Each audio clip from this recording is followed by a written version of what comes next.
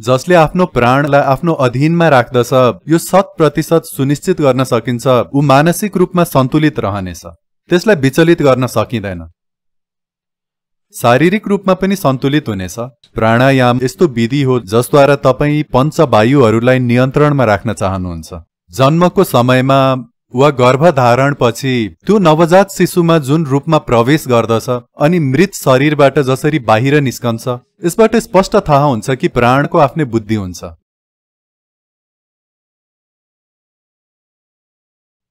मूल जीवन ऊर्जालाई प्राण भनिन्छ। शरीरमा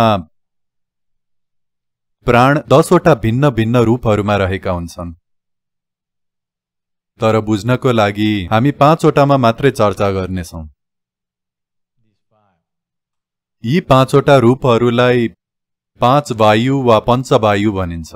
यी हुन् प्राणवायु, समान वायु, उदान वायु, अपान र व्यान। यिनले ती आयामहरूको हेरचाह गर्छन् जुन यो मानव प्रणालीमा भइरहेको हुन्छ। यो विषयको गहिराईमा जाने हो भने यो कहिले टुङ्गिँदैन।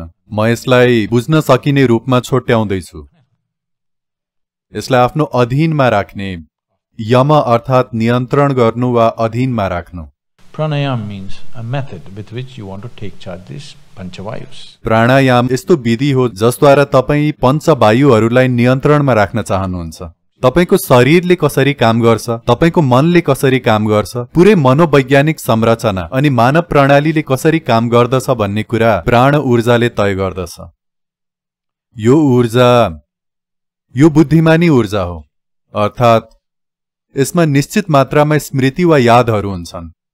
यो ऊर्जामा प्रत्येक व्यक्तिको कर्मका स्मृतिहरूको छाप रहेको हुन्छ।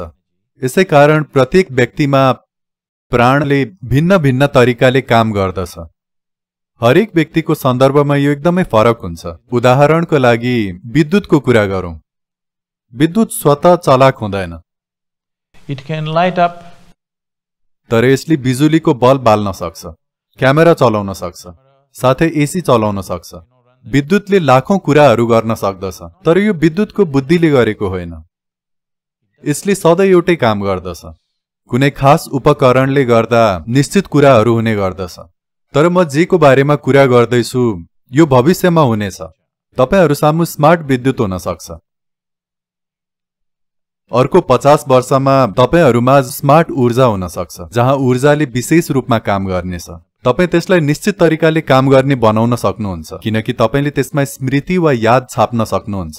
त्यसैगरी यो बुद्धिमानी ऊर्जा हो जसमा केही मात्रामा छाप रहेको छ। यसै कारण यो प्रत्येक व्यक्तिमा फरक तरिकाले काम गर्दछ। त प्राणायामको निकै विशेष रूप त्यो हो जसमा हामी व्यक्तिको प्रकृति अनुसार उसको निम्ति विशेष रूपमा प्राणायाम रचना गर्ने गर्छौं। त्यो स्तरसम्म पुग्नको लागि सामान्य प्राणायामको अभ्यास गरिनुपर्छ, जसले यी 5 वटै वायुहरूलाई निश्चित स्थितिमा राख्दछ।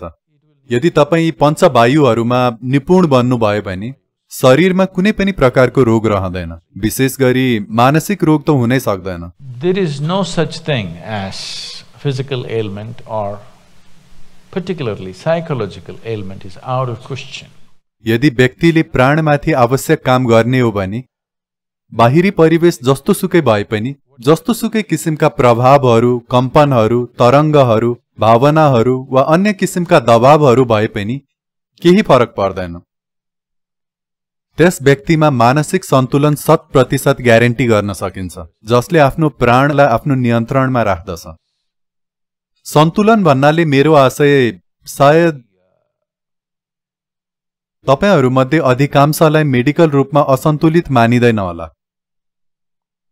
तर थुप्रै मानिसहरू मानसिक रूपमा असन्तुलित छन्।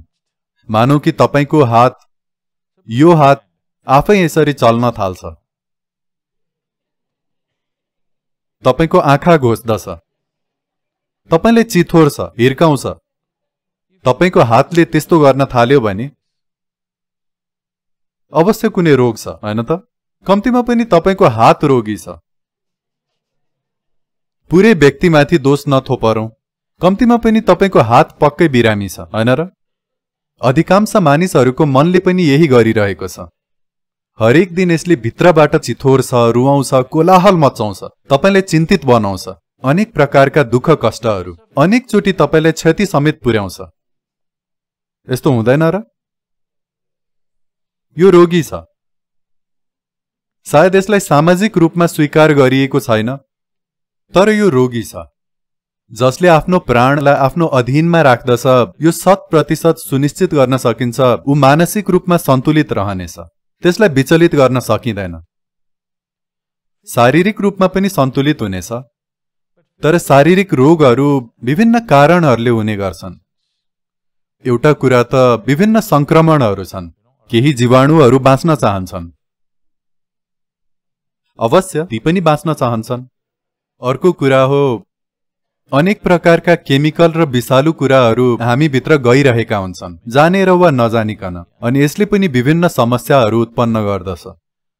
त्यसैले शारीरिक रोगहरूको सन्दर्भमा 90% ग्यारेन्टी गर्न सकिन्छ कि ती लाग्दैनन्, तर मानसिक स्तरमा सन्तुलित र खुसी रहने कुरा 100% ग्यारेन्टी गर्न सकिन्छ।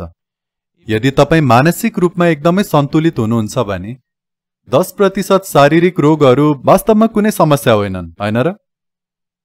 ती कुनै समस्या नै होइनन्। अधिकांश समय शरीरमा हुने सानातिना कुराहरूले खासै फरक पार्दैनन्, तर त्यसको कारणले तपाईको मनमा जुन प्रतिक्रिया उत्पन्न हुन्छ त्यो ठूलो समस्या बन्दछ, हो कि होइन? प्राणायामको अर्थ तपाई मूल जीवन ऊर्जालाई आफ्नो अधीनमा राख्न चाहनुहुन्छ। मैले सुरुमा भने झैं 5वटै वायुहरूको आफ्नै बुद्धि हुन्छ प्रत्येकको।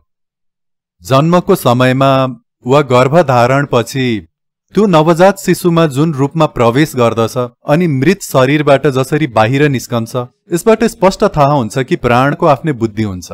तपाई यी कुराहरूप्रति एकदमै सचेत नहुँदासम्म यसको बारेमा केही पनि थाहा हुँदैन।